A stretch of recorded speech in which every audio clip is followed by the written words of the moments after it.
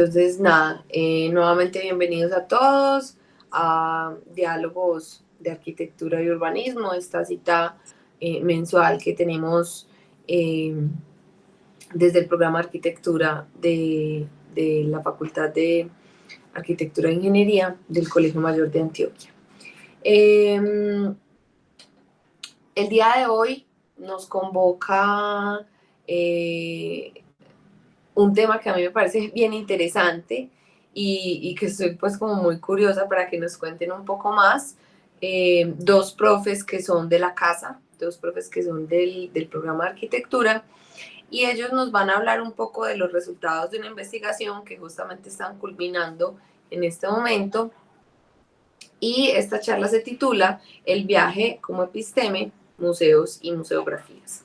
Yo pues no pretendo contarles de qué va la cosa, pero es una reflexión muy interesante sobre cómo habitar los espacios no solo nos sirve como una herramienta, digamos, proyectual, sino que cómo esto puede también enlazarse con un tema investigativo como una herramienta para conseguir datos y para hacer otro tipo de análisis. Pero nuevamente no voy a pues como intentar contarles yo porque también estoy aquí interesada en que ellos mismos sean los que nos cuenten un poco más. Sobre las personas que están invitadas el día de hoy, entonces les cuento, el profesor Luis Frei Zapata es arquitecto, magíster en estética y candidato a doctor en arquitectura de la Universidad Internacional de Cataluña, es coordinador del laboratorio Fab Lab del Colmayor y desde hace 10 años es docente e investigador con énfasis en estética e implementación de nuevas tecnologías para arquitectura. Cuenta con 12 años de experiencia profesional en proyectos públicos y privados de vivienda, edificio público y espacio público. Disculpen. Por su lado, la profesora Sandra Vélez es arquitecta, magíster en hábitat de la Universidad Nacional de Colombia, sede de Medellín, docente investigadora hace 10 años con énfasis en el estudio del proyecto de arquitectura, la historia y la formación de las ciudades latinoamericanas en un entendimiento del territorio como construcción de identidad y las relaciones entre arte y arquitectura. Desde el 2015 viene realizando residencias artísticas como procesos de investigación, inmersión cultural y reflexión frente a otros territorios y actualmente se vincula a investigaciones con énfasis en museografía, museología para arquitectura. Es coordinadora del semillero de investigación A+D del programa de arquitectura de la institución universitaria Colegio Mayor de Antioquia, que es el semillero además que promueve estos diálogos de arquitectura mensualmente. Entonces les damos nuevamente la bienvenida a los profes Sandra y Luis y nada, el escenario es todo suyo. Les recordamos porfa a los asistentes que voy a estar en el chat poniendo el link para la satisfacción, para que pongan pues la encuesta de satisfacción y nos ayuden diligenciándola, y también otro vínculo donde pueden ir poniendo sus preguntas en caso de que las tengan y al final vamos a hacer pues una ronda de lectura de preguntas. Entonces, nuevamente muchas gracias por estar aquí y bienvenidos Luis y Sandra. Muchas gracias, profe Laura. Denos un segundo que todo colapsa cuando uno ya sí lo tiene que proyectar. Listo, ya lo proyecto. Gracias.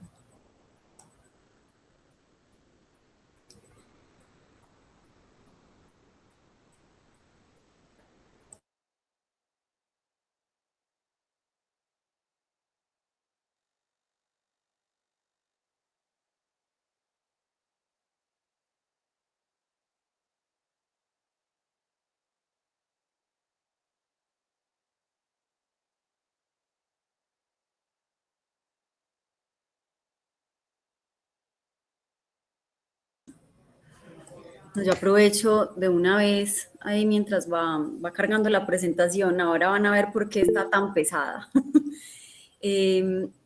Para agradecerles por venir a este espacio de los diálogos de arquitectura y urbanismo. Creo que cada vez se van consolidando más Y recuerdo que cuando el profe Luis y yo hicimos este viaje para investigación, muchas personas nos preguntaban, estudiantes y compañeros profesores, como, pero ¿cómo así? O sea, es que pueden hacerlo, eso se puede lograr dentro de la investigación, y nosotros les decíamos como que, claro, esto tiene que ver con la metodología de investigación y cómo el viaje se convierte en esa construcción del conocimiento. Entonces, a partir también como de esas preguntas e intereses que fueron surgiendo, nos invitaron a los diálogos, y esperamos que hoy, con este aporte que hacemos con la charla, realmente pues abramos muchas posibilidades y muchas invitaciones como a crear métodos de recolección de datos para crear conocimiento en las artes y en la arquitectura, que es lo que a nosotros pues realmente nos convoca. Entonces un poco esa es como la intención que tenemos,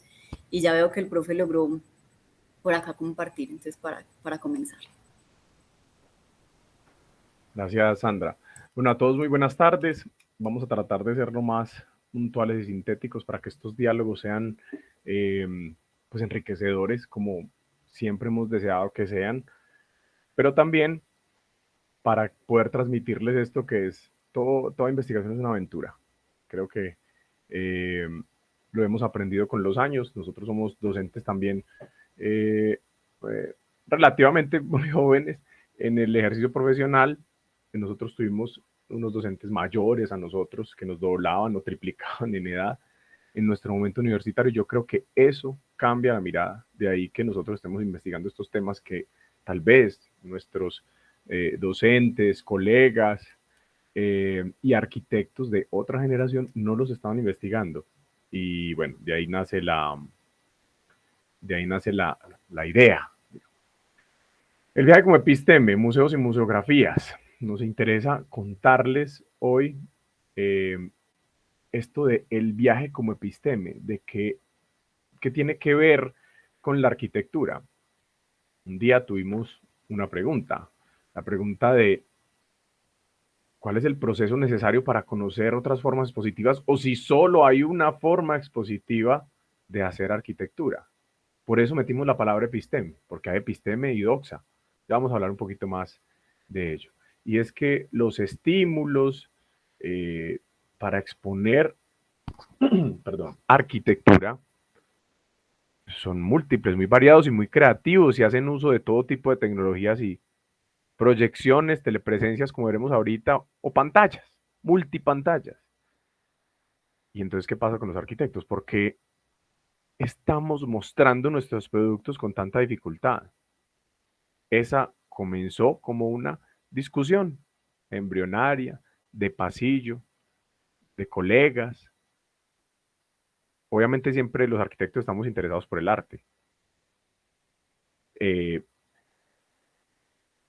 Pero no entendemos bien de qué va. De qué va el tema curatorial, por ejemplo. Y que hay una museología, o sea, una lógica, un estudio de las formas museales o museísticas del espacio, del contenedor. Pero que también hay una idea de museografía. ¿Cómo lo exhibo? ¿Cómo lo dispongo? Y ahorita nos vamos a reír un poco con anécdotas que tuvimos en el viaje y otros memes que nos encontramos en internet. Entonces hemos planteado como una ruta, así como las rutas de viaje, pero la hemos planteado para la charla. Queríamos como contarla para que sepamos un poco qué es lo que vamos a hacer. Lo primero será pues hablar un poco de por qué el viaje como método de estudio, y que ya es eso lo que hemos estado como introduciendo un poco, pero que lo vamos a explicar bien. Unos conceptos básicos a partir de los cuales nosotros ya vamos abordando como esta manera de hacer, y cómo eso nos lleva pues como a esas definiciones o a esos intereses por la museología y la museografía, como esas diferencias que hay entre ellas, pero que se requieren las dos para poder lograr pues como esa experiencia. De ahí ya lo que vamos a hacer es centrarnos como en contarles ese viaje, el mapa, el registro, pues como varios de los sitios que visitamos y lo que aprendimos con ellos. Ahí vienen los resultados. Y luego pues queremos contarles, pues una vez que ya se va haciendo todo esto, qué instrumentos utilizamos para organizar esa información y que a partir de ella pudiésemos tener unas conclusiones, unas ideas y nuevas preguntas para poder seguir como trabajando. Y finalmente, pues uno de los productos en los que venimos ya consolidando, que es una ficha que le hemos llamado por ahora, una ficha de la museografología, porque logramos compilar allí como una serie de parámetros con los cuales creemos que podemos tener una buena base para empezar a abordar ese tema de las exposiciones para la arquitectura y para muchas otras exposiciones, pero pues siempre con ese foco que a nosotros nos interesa.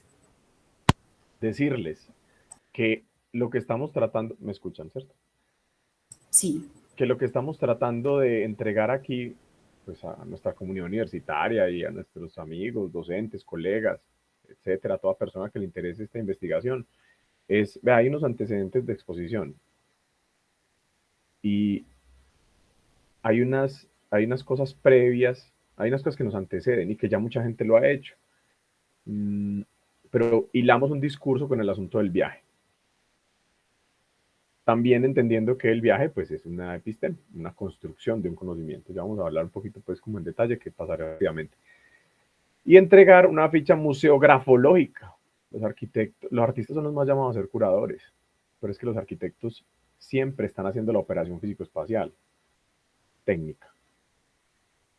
Ni en antropología, ni en paleontología, ni en sociología, ni en ninguna otra ciencia social se ejecuta como lo ejecutamos los arquitectos a partir de lo que esas otras ciencias sociales hacen. Nosotros construimos con eso, pues el mundo, pues lo físico-espacial, pues lo objetual, pues el arte, los objetos técnicos o esos objetos de la cultura que son los edificios, el objeto edilicio.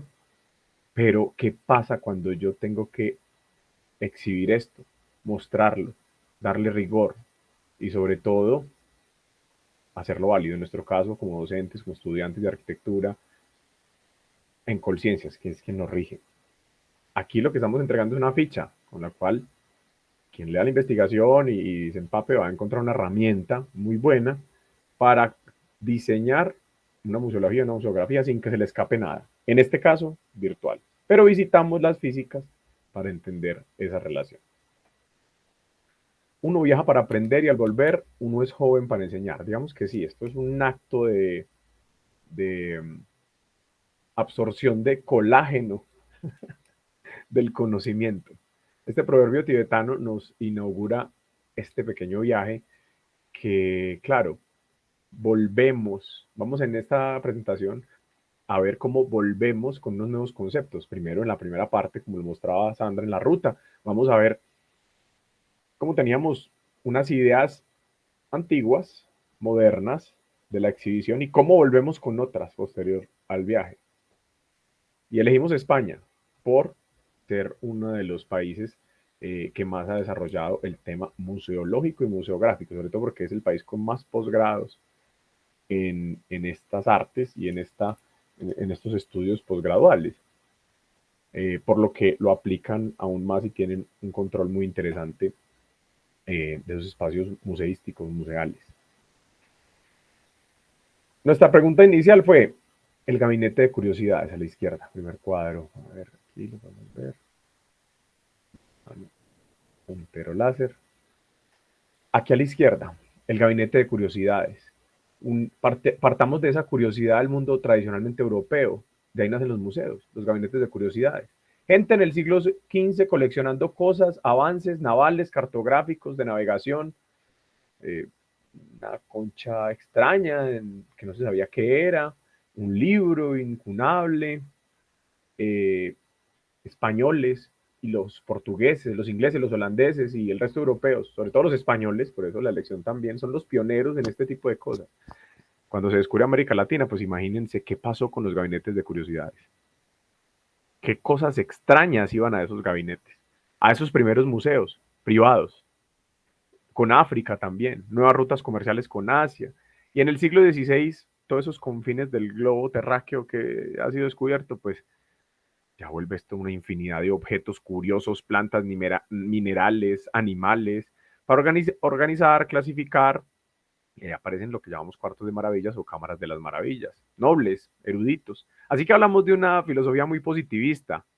Pues claro, eran los nobles o los grandes comerciantes con dinero, o los muy eruditos, o los tutores, quienes comenzaban a coleccionar lo que les resultaba extraño y curioso, pero para luego en la ilustración construir una episteme, un conocimiento, un dato estable. Bueno, hay otras cosas muy interesantes, como es que la ciudad también se vuelve escenario. Aquí vemos cierta arquitectura desde la modernidad hasta lo contemporáneo, que va siendo muy interesante. El Drac de Barcelona, del Parque Güell de Gaudí, el Cloudgate, de este artista británico, en el Rockefeller Center, el de la bailarina, de Jeff Koons, muy famoso, una de las obras de arte más grandes, es el artista que hace obras de arte urbanas más grandes y más caras y que esté vivo. En Museo de Arte Muerto, esta araña tan famosa, que también la encontramos en el Guggenheim. Y bueno, cosas que también son herencia de la Bauhaus, como en la ciudad de Tel Aviv, el barrio de la Ciudad Blanca, donde hubo una gran, 1922, ese periodo duro de las guerras, en las que hubo una ciudad museo, una ciudad gabinete de curiosidades, una ciudad que construyó una lógica de objetual, pero a gran escala. Ahí nos interesa a nosotros los arquitectos. El afán siempre va a ser el mismo, exhibir, que con cualquier avance técnico se exhiba una nueva posibilidad. Luego encontramos una serie de exposiciones universales. Para quienes no las conozcan, pues los avances en modos de vida y tecnología llevaron a que en las ciudades que se iban expandiendo, pues se hicieran unas grandes representaciones de esas identidades de la modernidad. ¿Cuáles? Pues es que era la idea de nación. Recuerden que las guerras también casi que es por la consolidación de las ideas de nación.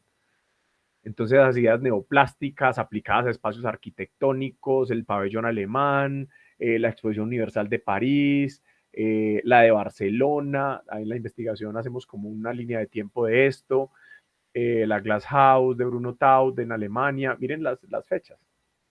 Una época en la que pues no había un espacio virtual. Claro, no era el momento, no había llegado. Y esas exposiciones universales, esa lista largota que vemos aquí arriba, nos va a llevar a que se construyeran espacios gigantes, casi que planes urbanos, para lo que hoy conocemos como villas olímpicas y demás, pero estos eran los olímpicos de la técnica. Lo interesante es que esos pabellones del espíritu nuevo, como el edificio temporal construido en 1925 para la exposición de artes decorativas de París, permitió que ideas de arquitectura y urbanismo y nuevos modos de vida se mostraran a la comunidad y se expandieran como pólvora por el mundo a lo que hoy conocemos como estilo internacional. ¿Cuál era la actitud de los organizadores de la exposición?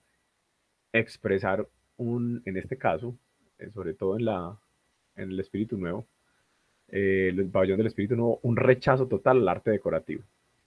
Quienes recordarán las clases de historia de la arquitectura y del arte, recordarán el racionalismo y toda la eterna pelea de Louis Sullivan, la forma sigue la función, y el racionalismo más pragmatista que se inauguró con estas exposiciones. Bueno, esto como un asunto muy de contextualización para que no caigamos en paracaídas en ciertos conceptos que hay que tener en cuenta.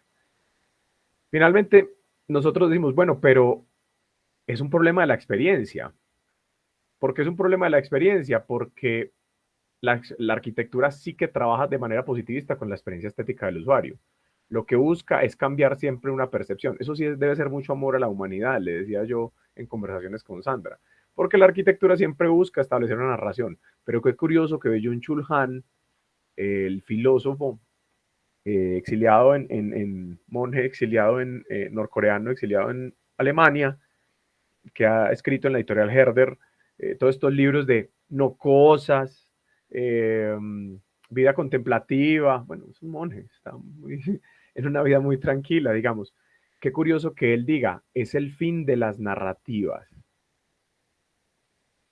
¿Y qué quiere decir esto? Pues que en nuestro tiempo, cuando anunciamos el fin de las narrativas, un filósofo como él lo dice, está anunciando también que se construyen nuevas y que esa disolución de las narrativas, nosotros decimos, bueno, Paul Ricoeur dice, 1995, más o menos, Hay 3 mímesis para esa configuración y reconfiguración de los recorridos, de los diseños, de la experiencia estética. Es decir, la gente se prefigura unas cosas, luego se configura otras en su cabeza a través del recorrido y finalmente, cuando sale de ese recorrido, de esa experiencia estética arquitectónica, en nuestro caso, tiene una idea diferente con la que entró. Entonces decimos, vea, hay una gamificación también tal vez de la arquitectura con los software de videojuegos. Nos hacemos esas preguntas por los salones virtuales que hacemos en la universidad.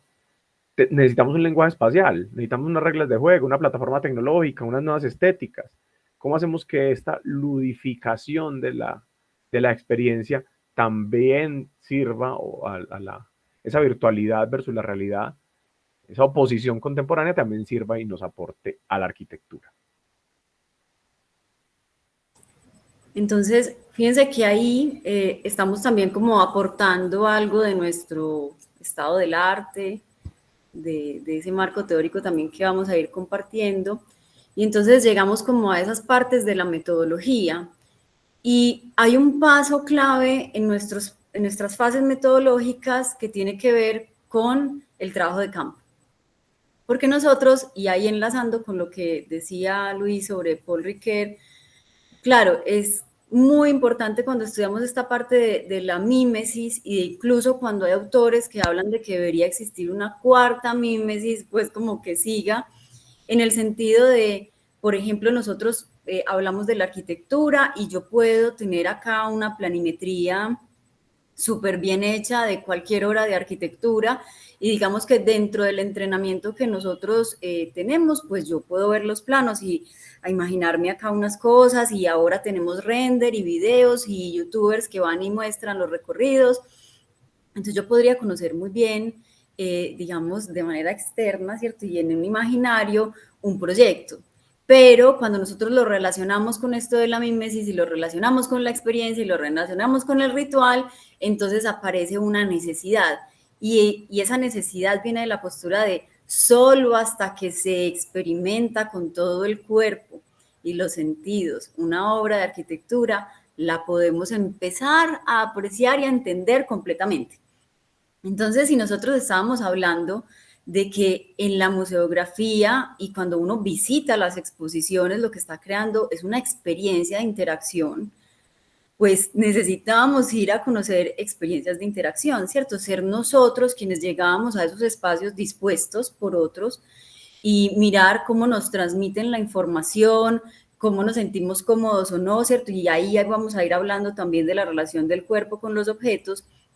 Pero entonces habíamos seleccionado a España por las que Luis ya explicó esas razones, y decimos, bueno, momento, y también como qué puntos de España vemos que son claves como para visitar. Entonces empezamos a hilar a partir de experiencias previas o conversaciones previas o conocimiento de lugares que ya teníamos, y decimos, vamos a hacer un triángulo.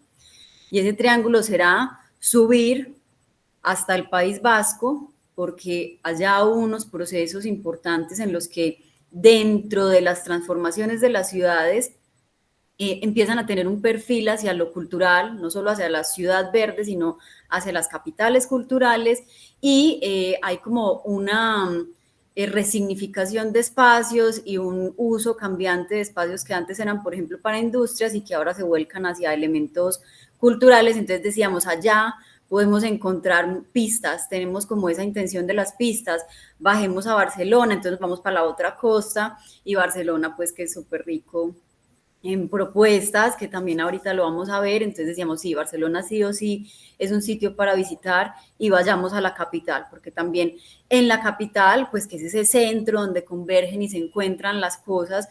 Hay un montón de museos además que ni alcanzamos a poder ir a todos, porque ya éramos como, Dios, ¿qué vamos a hacer? Y entonces, previo al viaje, empezamos ya a generar unos listados, a buscar, a rastrear, siempre como con ese slash de arquitectura, ¿no? Como exposición de arquitectura, interactivo, medios digitales, y empezaban a aparecer y aparecer opciones, y luego cuáles nos coincidían en el periodo de tiempo que íbamos a estar en el viaje. Entonces ahí aparece pues como estas imágenes que tenemos ahí de sitios que habíamos pensado, unos que logramos concretar y efectivamente ir, pero sobre todo ese triángulo de estudio que pertenece entonces a la fase metodológica de la realización de trabajo de campo para capturar datos sobre experiencias y metodologías aplicadas en exposiciones de arquitectura.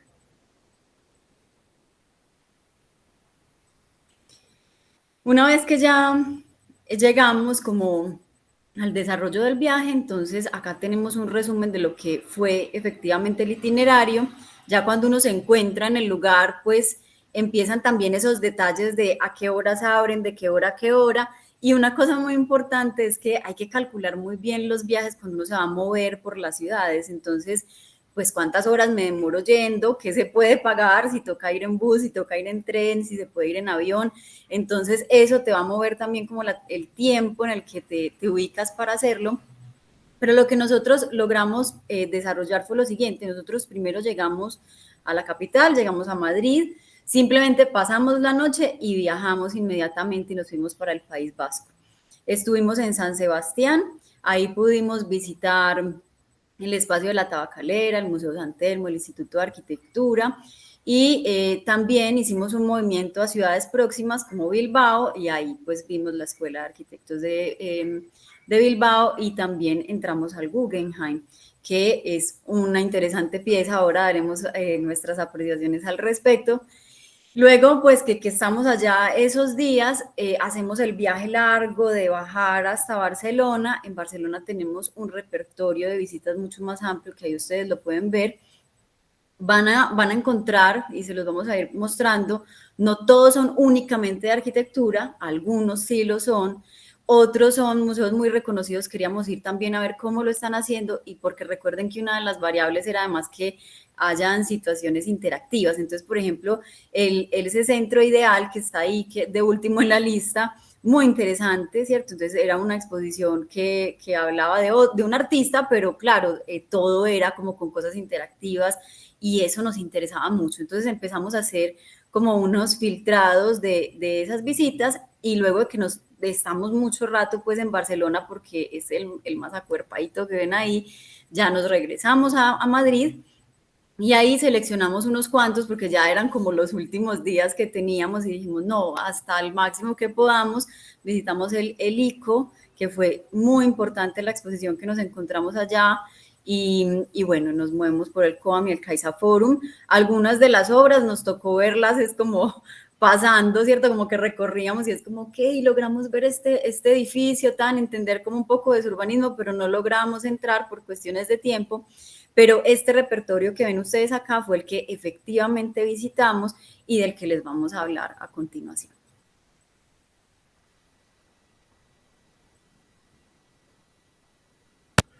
Estoy cansado de solo ver el itinerario porque fue muy intenso.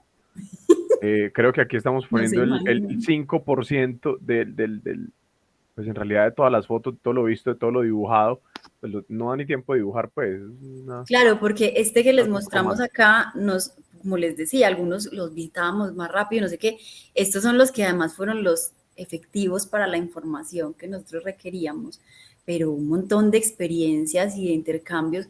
Además, por lo que decía Luis, cuando hablamos del contenedor contenido, ¿cierto? Como que la arquitectura del museo también era un tema que nos requeríamos allá. Pero entonces ese museo tiene ciudad, y entonces ahí empiezan como a enlazarse un montón de necesidades, y ya estos pues fueron como esos definitivos. Pero sí, de verdad que en 20 días, y son un montón de sitios, corrimos un poquito, pero fue muy enriquecedor. Sí, aquí estaba buscando en la biblioteca, casi que no lo encuentro, pero bueno, muy afortunado hoy. Les decíamos ahorita que recuerdo mucho, y Laura, que viajó con él mucho a viaje internacional, la cátedra internacional, lo recuerda, Juan Camilo Castro, que fue profesor nuestro en la Universidad Nacional. Editaron este librito porque él murió hace unos años, ahí lo ven en pantalla, y tiene una frasecita que creo que nos quedó resonando a todos después de las clases, además sobre todo porque era un profesor bastante excéntrico, bastante curioso, pero era un profesor que pues, no preparaba muy bien sus clases, pero el gran conocimiento del lugar a través del viaje lo hacía un profesor único, porque hablaba desde la experiencia de viaje. Y este librito es póstumo a su muerte porque le dolió a sus amigos y a la comunidad universitaria y demás, y dice, el hombre que viaja no regresa, vuelve otro. Y efectivamente, por eso les decía ahorita, el recuerdo que queda es, pues que empezamos con unas premisas, que fueron esas teóricas que hablamos rápidamente ahorita, y volvimos con otras.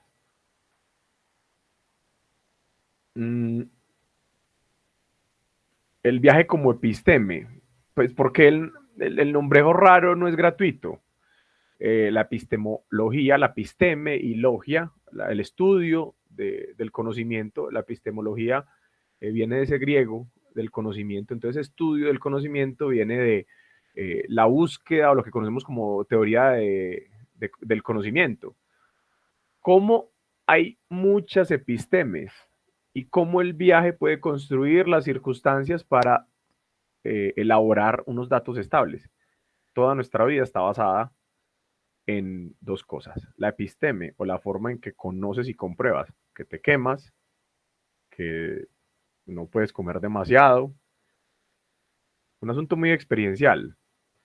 O sea, ya sabes por qué lloras, ya sabes que te duele, ya sabes, por ejemplo, por qué te duele el estómago, y puedes ponerte una bolsita caliente en el estómago, acostarte para el lado que te duele. Eso es doxa, eso son creencias. Así que hay una eterna lucha entre episteme y doxa, para que entendamos de qué va esa idea. La arquitectura tiene su episteme. ¿Qué quiere decir? Que la arquitectura tiene su construcción, hay métodos para todo, métodos matemáticos, métodos físicos, métodos, pero también ciencias blandas o ciencias sociales, históricos, psicológicos, sociológicos, que llevan a la obtención de conocimiento. Los arquitectos la sabemos. Conceptualización, después de la modernidad más todavía, idea básica, anteproyecto, proyecto, el diálogo con los técnicos, la escritura, lo que hacemos en clase, lo que hacemos en los semilleros, lo que hacemos todo el tiempo, cuando hacemos un libro, cuando hacemos un artículo, y un sinnúmero de cosas. Esa es la episteme, la técnica, las formas, los métodos, lo que se ve en metodología de la investigación. Pero es una verdad, es realidad objetiva, es comprobable y es justificable. Entonces decimos el viaje como episteme. ¿Cómo así?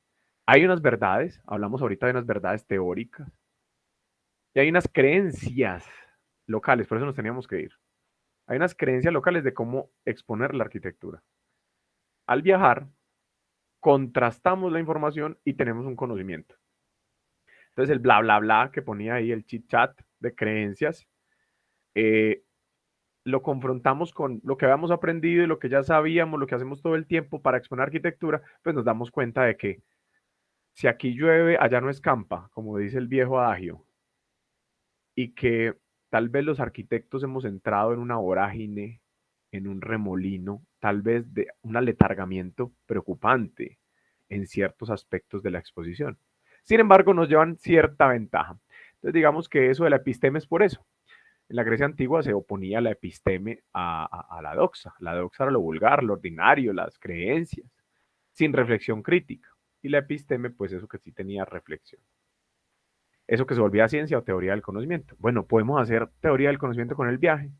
Creo que sí. Y ahí, pues, nosotros hablábamos mucho ahora de la experiencia vivida, ¿cierto? Porque cuando ya estás allá, empiezas a capturar cosas que a veces pueden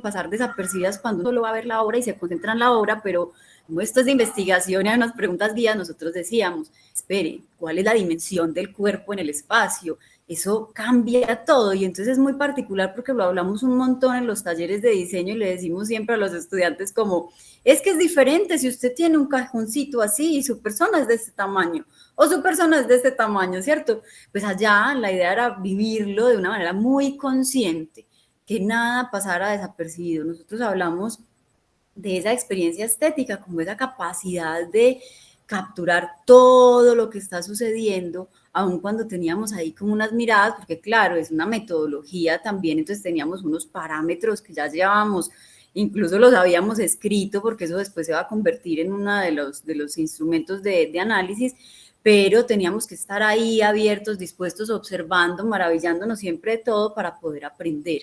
Entonces, es esa percepción del cuerpo en los espacios y la proporción directa del cuerpo con la arquitectura.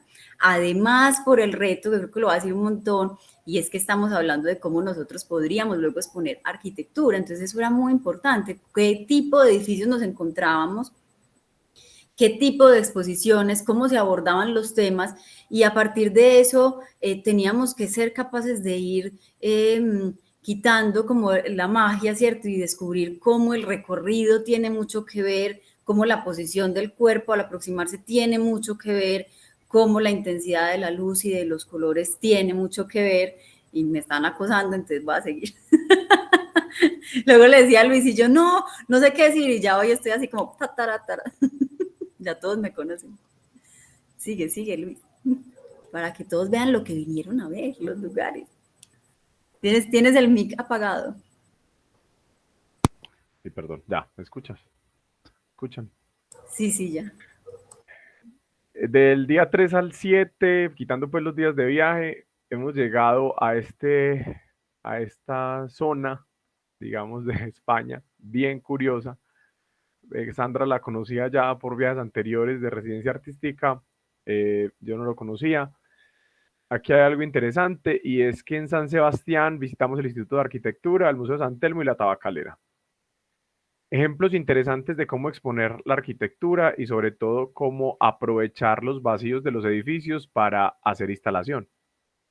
Pero de entrada nos encontramos con que esa experiencia, cuando es de arquitectura, y lo vamos a ver en el resto de diapositivas, es muy tradicional. Tenemos problemas para vencer el soporte.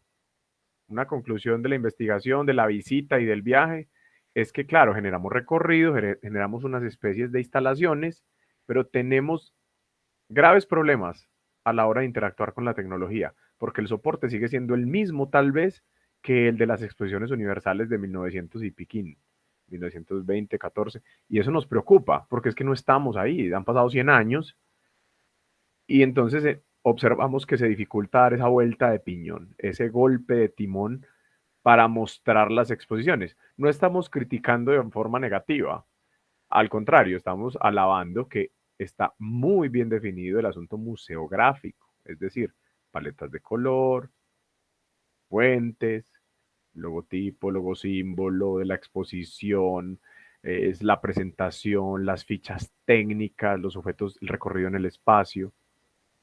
Pero hay un asunto con la técnica, con la forma de interactuar con la tecnología, en donde seguimos estableciendo como arquitectos una distancia. Esa es la parte crítica.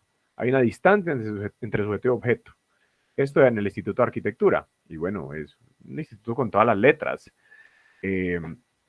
con todo el despliegue y no sabemos si con todos los recursos, pero que nos deja un sinsabor. A pesar, ahí vimos cosas muy interesantes, pero el sinsabor es, ¿será que seguimos poniendo una distancia de pedestal tipo Javier Maderuelo entre sujeto y objeto? Y eso aleja a los usuarios. Si querés, puedes seguir ahí.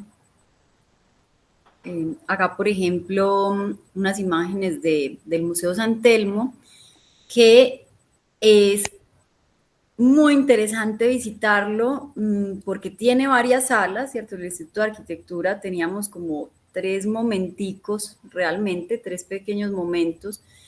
Acá vamos a tener un museo mucho más grande porque es el museo encargado, pues, como de mostrar la historia del País Vasco. Pero la pieza arquitectónica también era muy importante para nosotros porque este museo tiene una ampliación desarrollada por los arquitectos, por la firma Nietos Ovejano.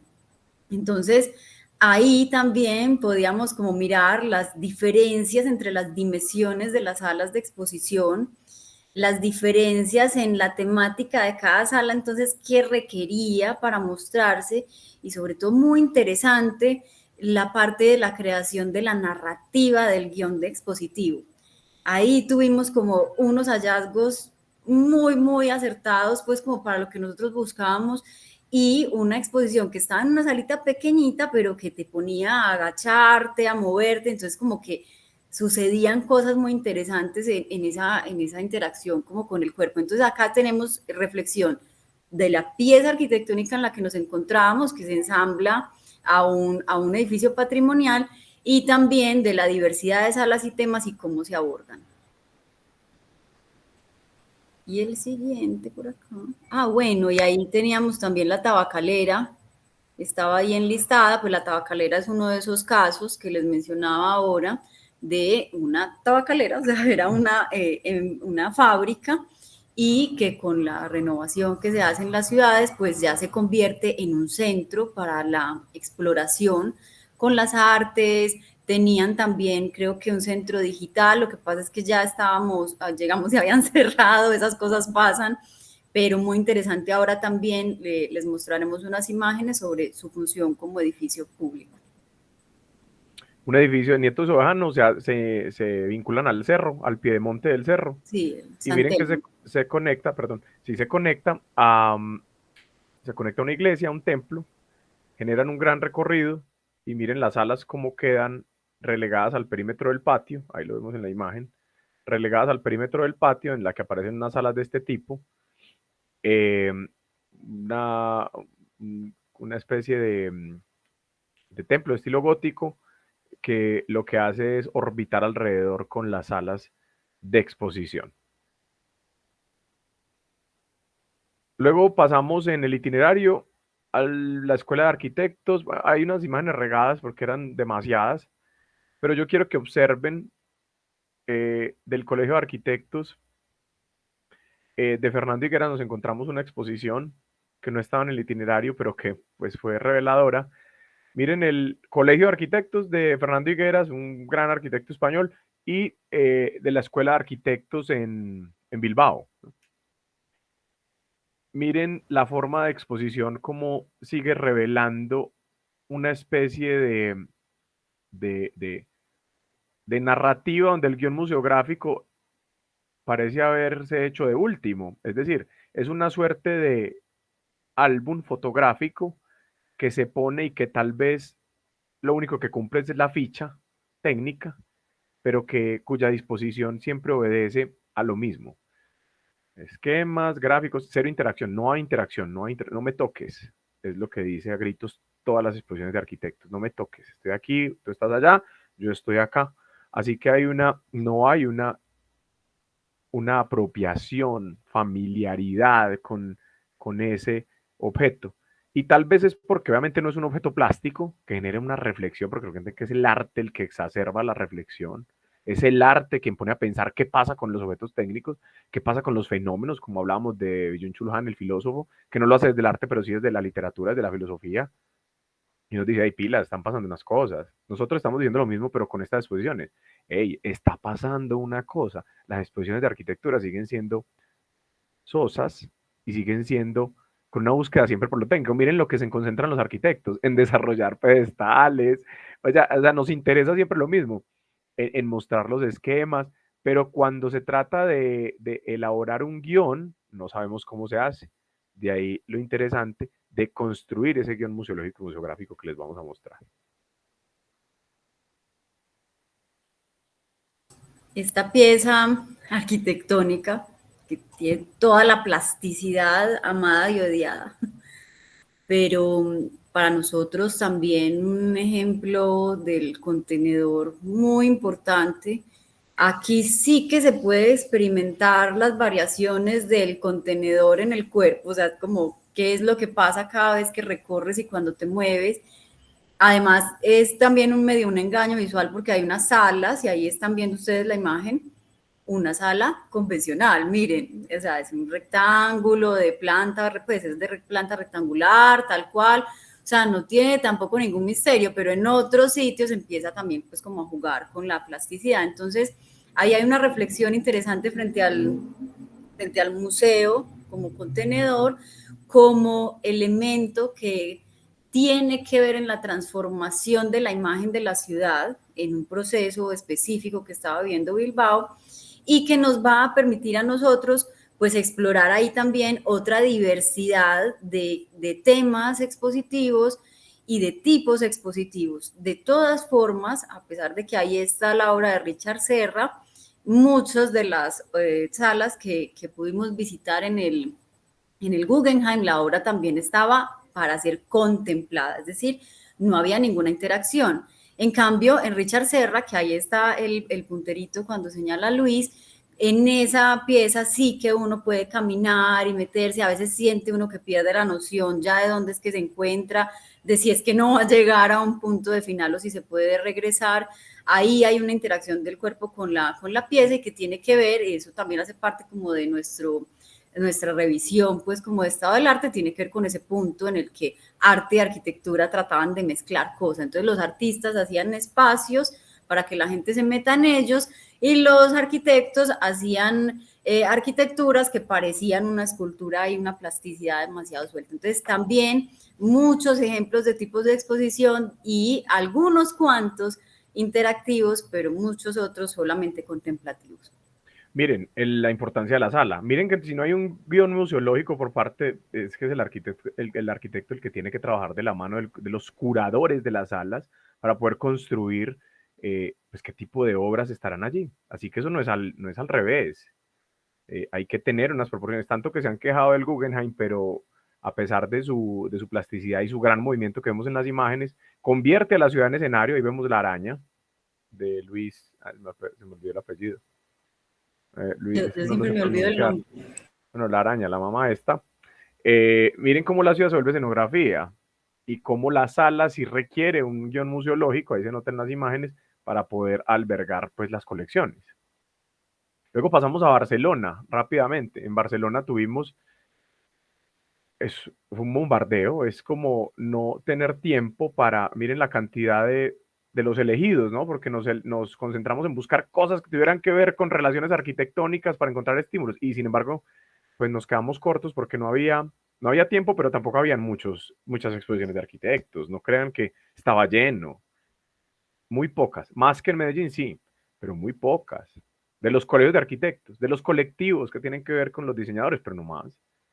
Y con los arquitectos, obviamente, insignia de Barcelona. Gaudí, pues Barcelona es de Gaudí. Y Barcelona es de Gaudí y de Miralles. Y por eso los exponen, pero de resto, muchos arquitectos caen en el olvido. Sin embargo, encontramos mucha obra muy interesante en Montjuic, en el Colegio de Arquitectos. Encontramos uno muy interesante que se llamaba Amaneceres Domésticos en el Museo ICO. Una obra de Paul Klee. En el Colegio de Arquitectos estaba el que hablamos ahorita de Fernando Higueras, un arquitecto bien interesante. Un taller de fabricación digital al que pudimos observar en la Sagrada Familia, quienes están haciendo, es como un Fab Lab pues con esteroides, donde se hacen la obra de reconstrucción, de construcción y terminación de la Sagrada Familia.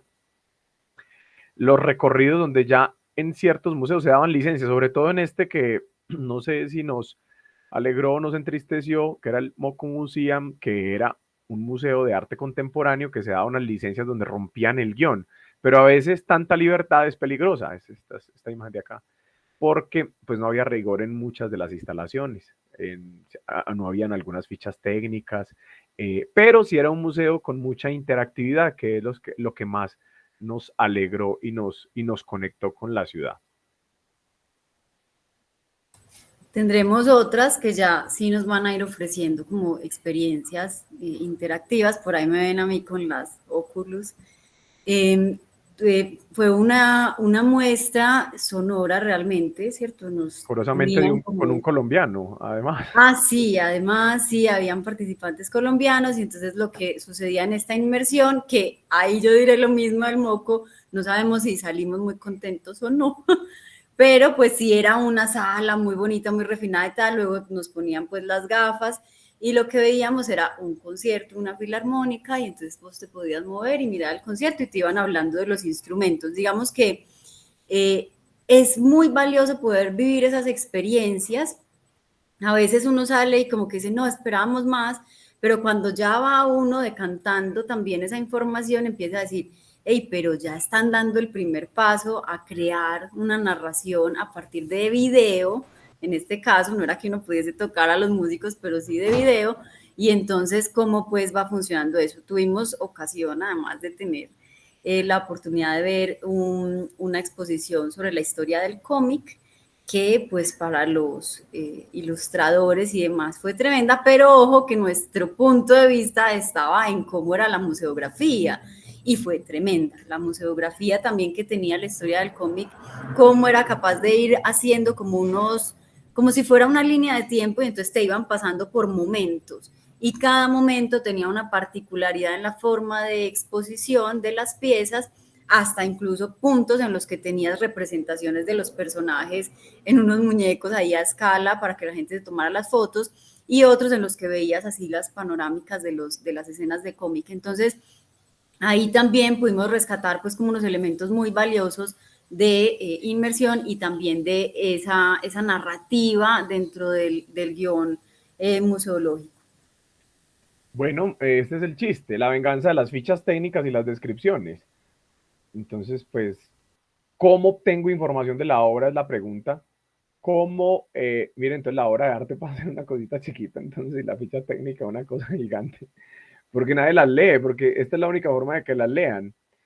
Encontramos mucha información en las fichas técnicas y en los escritos. Los guiones requieren un texto por cada obra y esos guiones eran necesarios o la obra no se entendía. Bueno, ahí hablamos de muchas cosas, estamos hablando de la incomunicabilidad del arte, la distancia entre el arte y la humanidad, y bueno, pero son necesarias. Es decir, hay un asunto intermedio en todo lo que estamos hablando. La museografía, obviamente todo lo gráfico, todo lo que diseñas gráficamente, cómo pintas, cómo seleccionas colores y paletas, pero también la construcción de los guiones y las narraciones, cómo quieres generar, como si fueran platos, esos tiempos de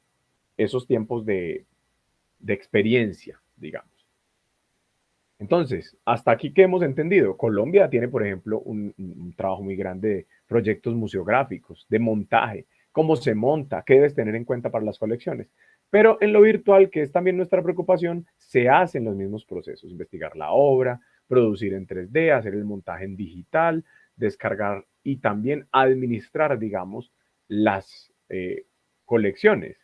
Estos, por ejemplo, son algunos de los dibujos que hemos hecho cuando nos ha tocado hacer estas nuevas museografías, los intentos de museografía que vamos haciendo en los salones virtuales, en físico, en la sala universitaria.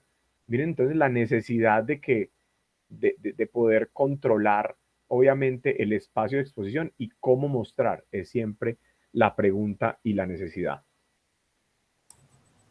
Ahí entonces ya llegamos a este punto que es como el remate de una vez que tuvimos la experiencia allá, ¿qué vamos a hacer con esa información, cierto? Ese es crear el método.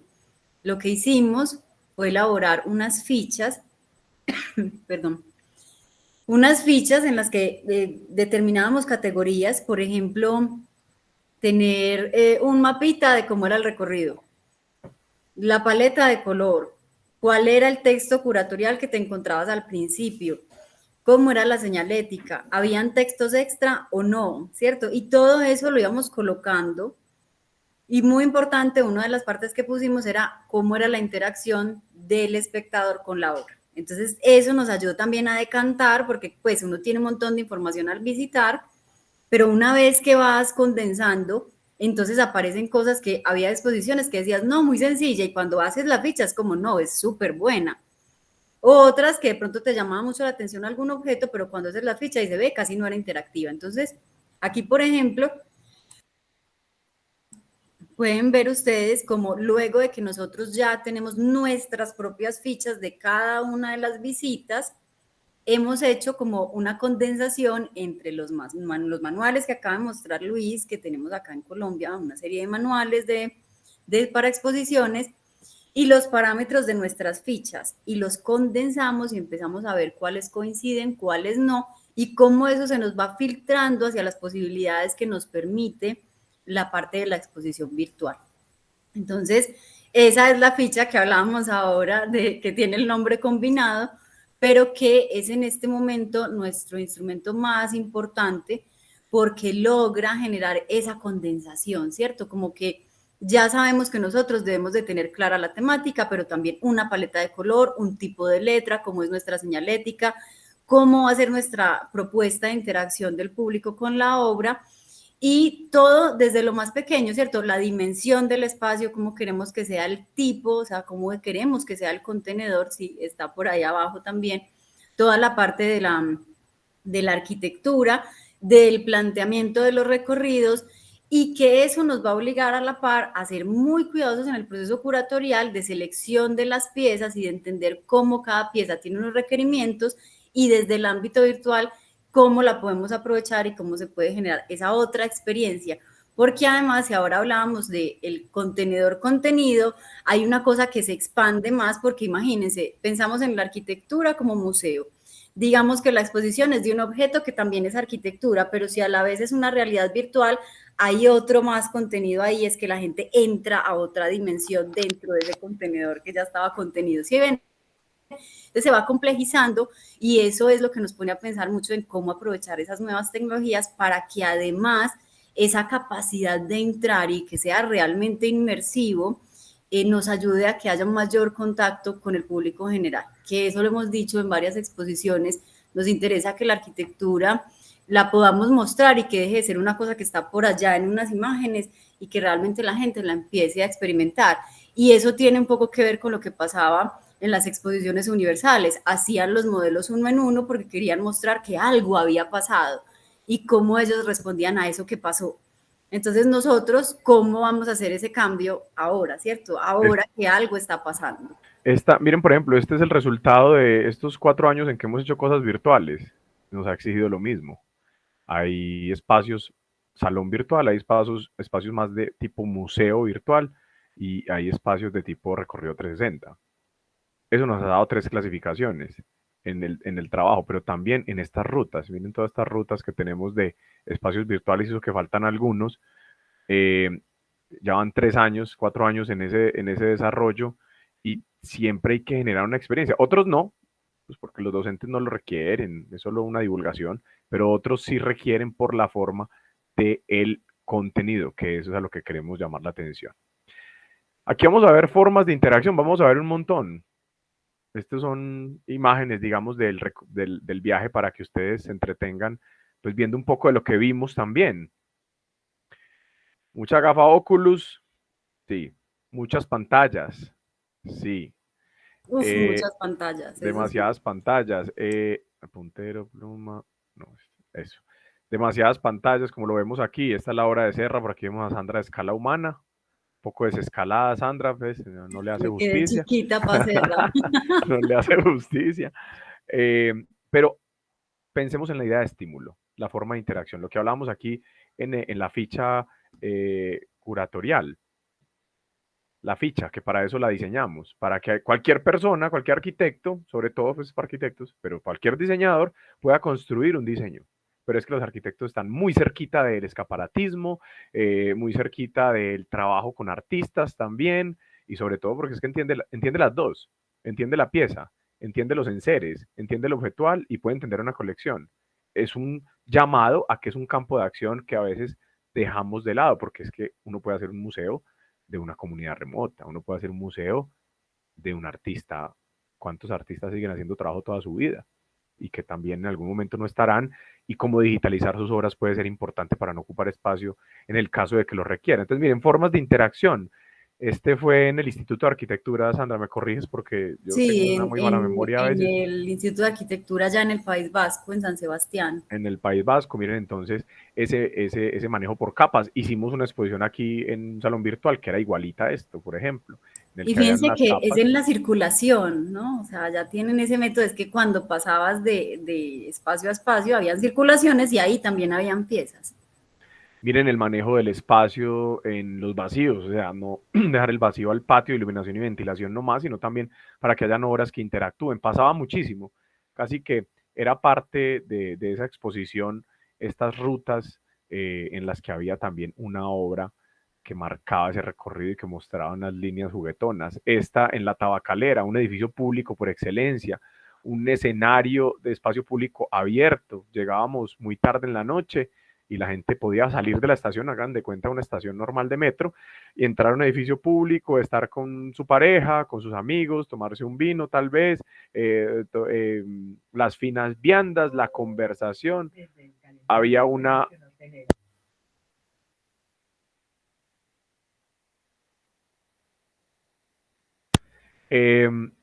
pero siempre un estímulo a través de pantallas. Miren que el repertorio también se cierra. Pero en cualquier momento de esos recorridos callejeros, pues encontrabas la posibilidad de llegar a un museo de estas características. Esta me parece muy interesante, que las paletas de colores que encontramos en las fichas que exponía Sandra hace un momento estaban relacionadas o asociadas desde el inconsciente con el paisaje que transitamos en los viajes. Que los viajes que hicimos en tren, pues daban unas vistas por la ventana, ¿cierto? Y esas vistas por la ventana casi que inconscientemente se relacionaban mucho con los tipos de paleta y color que encontrábamos en los espacios.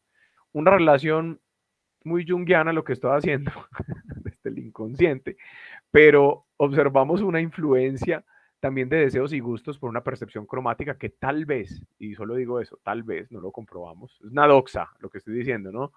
Está relacionada con esas paletas y uso del color. La obra interesantísima de Serra, que rompe esa idea de el observador, el sujeto y el objeto separados. Esto me parece muy interesante en la medida que rompe esa distancia, ese pedestal que Javier Maderuelo tanto escribió y tanto habló, de decir, no, tiene que perder el pedestal, si no el arte va a estar sumido en un, sí, en un pedestal muy lejos de la vida real. Esos son los objetos que veíamos en el Guggenheim. Otros hallazgos que son estos, Sandra. Hay unos interesantes porque nos sorprendió algo y es que, claro, el arte sigue haciendo más exploraciones. Y este que estamos viendo en el video de la derecha, muy interesante porque hicimos una fila tremenda, un montón de tiempo para entrar y entrabas como 2 minutos, pero era una sensación tremenda. Digamos que sobre todo cuando se captura en video, se logra mostrar mucho más. Entonces uno como que quedaba inmerso completamente en la obra. En ese punto ya uno se convertía en parte de la pintura o del dibujo expandido. Muy interesante. Y ya las otras, mucho manejo de pantallas, como lo contaba Luis. Entonces vemos que también hay como unas búsquedas entre cuando la pantalla es táctil y puedes mover ahí, te hacía preguntas y resolvías cosas, y cuando uno puede entrar directamente, era como entrar a la realidad virtual, pero en físico, era muy extraño entrar a una cajita y te convertías en una pintura en ese momento. Otras, bueno, esto ya lo hablamos, lo de las Oculus, esto que acabo de hablar Sandra me parece importante, obviamente pantallas, pero pantallas que yo puedo tocar, pantallas que las que yo puedo componer, incitar al usuario a ser partícipe de la obra, componer con el artista, pero entonces, ¿por qué los arquitectos no componemos también pues, con la obra? Si es lo que estoy mostrando, ¿por qué esa negación a lo lúdico? ¿Por qué esa negación a la interacción que nos sorprendió demasiado? Pero ya lo sabíamos, eso lo sabemos todos por las experiencias de arquitectura locales. Pero ¿por qué pasa? ¿Por qué negamos esa experiencia al usuario? Digamos que componer con el arquitecto, entender cómo pensó, vivir la obra en su sentido más matérico, nos parece muy interesante. Aquí otras, este sí estaba en el Colegio de Arquitectos, para que vean un poquito de la exposición.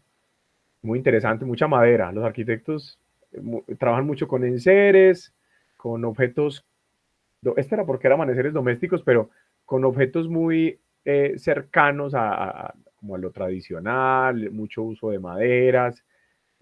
Nos sorprendió esta pantalla a través de estas, se me olvidó el nombre técnico de estas frases que pasan ahí, las vemos en la pantalla azul. Nos sorprendió porque es una apuesta muy interesante para contar esa narrativa de la que tanto estamos hablando y que hace parte del entendimiento del espacio. Otros del tipo bodega, grandes proyecciones de videomapping que siguen estimulando los sentidos en bodegas de tipo industrial para artes gráficas, donde la escenografía ya tiene mucho sentido, donde ese videomapping tiene mucho sentido y enseña unas... Este lo vimos mucho aquí con Van Gogh, que estuvo en Medellín, es parecido. A los que lo visitaron aquí en Medellín, pues lo recordarán. Y se entiende que es un espacio muy grande para poder hacer instalaciones. Los museos tradicionales no permiten este tipo de cosas, o que la gente tenga una sinestesia del espacio, o que contemple con detalle. Este se encarga de hacer una producción interactiva y visual. Entonces, nos gustaría dar pues también como unas conclusiones de esos lugares visitados. Primero, pues que la obra no es solo la pieza aislada de todo lo demás, sino que tiene que ver con la colocación, la disposición, la relación de la pieza con el espacio y cómo ella también va a requerir algo y el espacio le va a brindar algo, ¿cierto? Es como que ahí hay una relación importante. Empezábamos a entender el diseño de las visuales, de la circulación de las personas, esa exposición, por ejemplo, de amaneceres domésticos, te iba pasando como por espacios domésticos o como la del cómic que te pasaba en una línea del tiempo por momentos. Entonces, cómo circulo, cómo la colocación de un panel o de un pedestal o de cualquier elemento hace que la persona circule de maneras diferentes y cómo la circulación va a estar ligada también a la narrativa. El uso del color, tener una paleta bien definida, quizá no con demasiadas variaciones, esto también es como una regla que notamos, unos muy puntuales para resaltar elementos y otros colores más de base que pasen un poco desapercibidos y que permitan que la pieza resalte. El uso de la luz, ya ahí empezamos a hablar también de la temperatura, de la intensidad, es muy importante para percibir las obras. Algunas obras te van a requerir más penumbra que otras y pues cuando se trataba de temas de arte, pues claro, además hay condiciones técnicas que pueden dañar la obra. Y cuando se trata de arquitectura, entonces, ¿cómo es tu aproximación a la pieza? Entonces, ¿de qué manera se debe demostrar?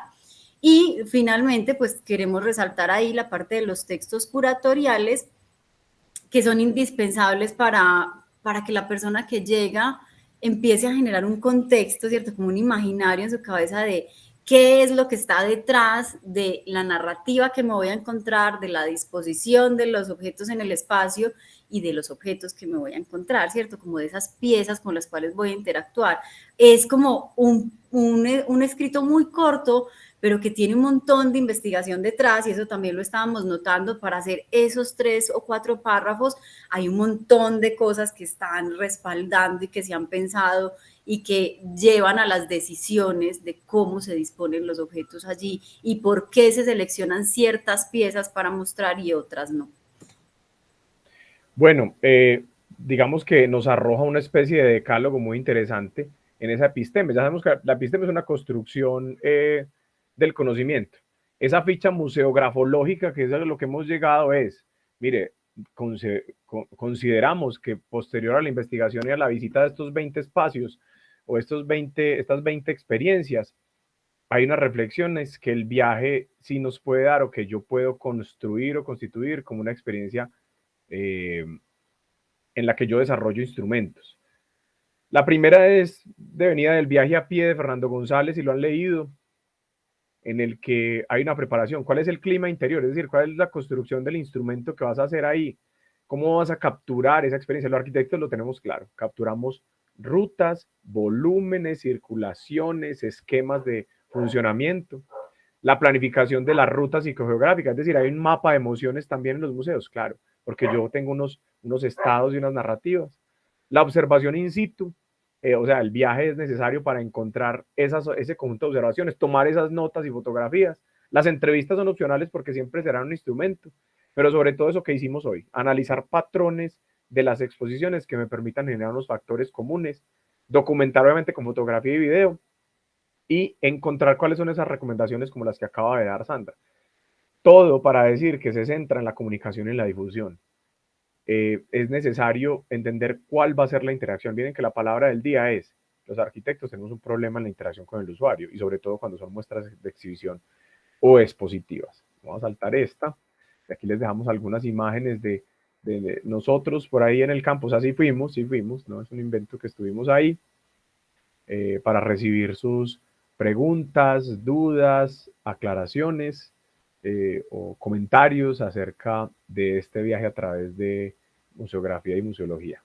Muchas gracias a todos. Gracias por escucharnos. Bueno, no, muchísimas gracias a Sandra y a Luis. Es realmente, yo era de esas personas que les decía como, pero ¿cómo así? O sea, ustedes se van a ir pero, para Europa, pero ¿cómo así? A dar paseos en un museo, pero, ¿y eso cómo conecta? O sea, ¿qué es lo que van a observar? Claro, empezamos, pues empieza uno a escucharlos y a entender un montón de cosas y a tener ganas de seguir como viendo más y como de, bueno, ¿y entonces qué vamos a hacer? ¿Cómo sigue este proceso, cierto? Nada, nuevamente agradecerles, bastante interesante y tienen una pregunta por aquí en el Padlet, entonces se las voy a compartir. Dice, ¿ustedes piensan que la arquitectura construida puede considerarse como un símbolo universal? Elementos que son interpretados de la misma manera independiente de la cultura o la psique de la persona que la viva o perciba. Lo relaciono, perdón, un poco con el concepto de inconsciente colectivo de Jung. No, sí. Sandra, paz, voy. Vas porque es tu culpa que estén hablando de Jung. No, pero no Y se lo yo tomen doy tan mi en otra serio. respuesta también. Se lo tomaron muy en serio. Pero bueno, sí. Entonces, a la persona que escribió la pregunta le debió haber gustado la cuña publicitaria de Jung de las paletas de colores y el paisaje. Yo considero que sí. Ernest Cassirer lo habla mucho cuando define al hombre como un animal simbólico. Y sí, ¿qué es la arquitectura sino una condensación de símbolos y códigos? ¿Que lo hacemos todos con lo mismo? Sí, claro, con las técnicas constructivas, una estética industrial. Pero yo sí considero que nuestro trabajo es encontrar la receta de nuestro tiempo. ¿Cuál es el momento? Por eso mi preocupación. Y creo que la persona que preguntó me entiende. Cuando decimos que hace 100 años estamos exponiendo igual. Lo que pasa es que pues ya no lo hacemos en un plan parcial, en una villa olímpica de casas y de técnicas constructivas, sino pues ya es Camacol, que arma su feria, ¿cierto? Son stands, ya tenemos puestos los soportes digitales. Pero la pregunta es si, ¿por qué nos alejamos tanto del usuario? Me gusta la imagen de aquí de Sandra con las gafas, porque podíamos ver con unas gafas holográficas, como que casi que podíamos tocar en la casa Milá, en la Pedrera, perdón. En la Pedrera podíamos tocar como unas mariposas que iban en el aire y iban contando cómo Gaudí concibió muchos de los diseños. Entonces, yo considero que sí, hay un gran porcentaje de inconsciente colectivo, porque la arquitectura va induciendo las formas de vida, los modos de vida y los usos, y casi que a veces llegamos a otras arquitecturas a exigir que nuestros códigos también aparezcan allí, de alguna forma. Y también está como ese tema de la universalidad, ya si uno no lo mirara desde ese punto específico.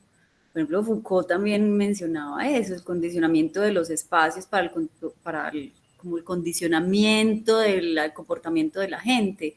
Yo recuerdo mucho que a veces lo hablábamos en la El maestría. panóptico, el de Y Marshall claro, Berman, la cárcel de Marshall Berman y el panóptico que tomó Foucault con el micropoder, claro.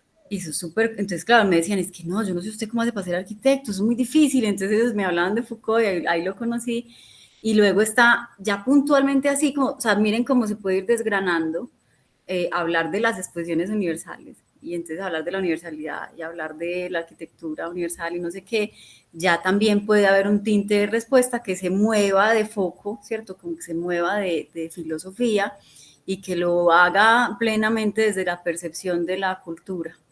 Y entonces ahí ya la respuesta cambia porque te pueden decir como, no, finalmente aunque hay ciertos patrones, cada cultura puede percibir el patrón de manera diferente, condicionado por sus mitos culturales. Entonces ahí como que se puede desgranar un montón, es una pregunta realmente muy, muy interesante.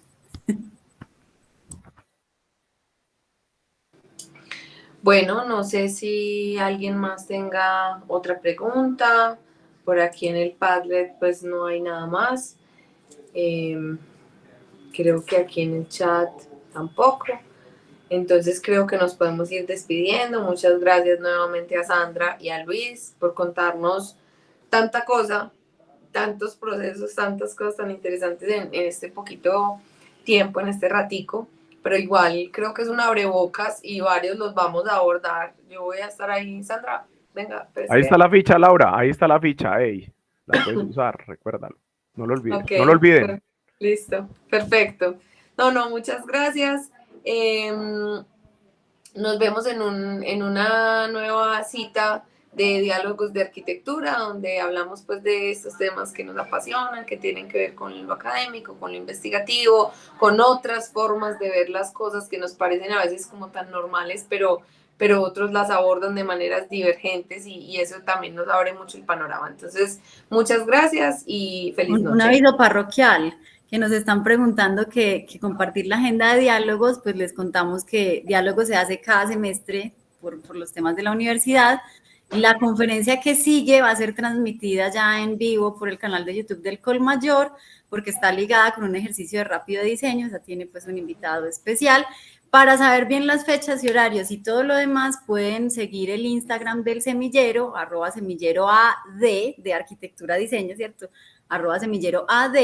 Y también ahí pueden encontrar enlazado el YouTube del semillero, donde quedan grabadas estas charlas y pueden ver todas las que hemos hecho antes, desde que comenzamos a grabar, por supuesto, para que pues las vayan revisando y se puedan nutrir también de eso. Muchísimas gracias por preguntar y si nos siguen ahí tendrán la información.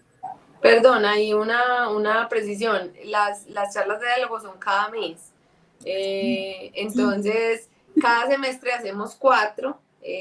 La próxima será en noviembre. Creo que no es justamente un mes después que esta, es un poquito antes, porque coincide con un evento que tenemos pues en la facultad, pero igualmente están todos invitados por la transmisión de YouTube y en el Instagram, como dijo Sandra, del semillero, pueden enterarse de todas estas novedades. Muchísimas gracias a todos por su asistencia. Gracias, Lauri. Por tu Muchas presentación. gracias. Una feliz Gracias. Chao. Que estén Feliz bien. noche. noche. Hasta luego.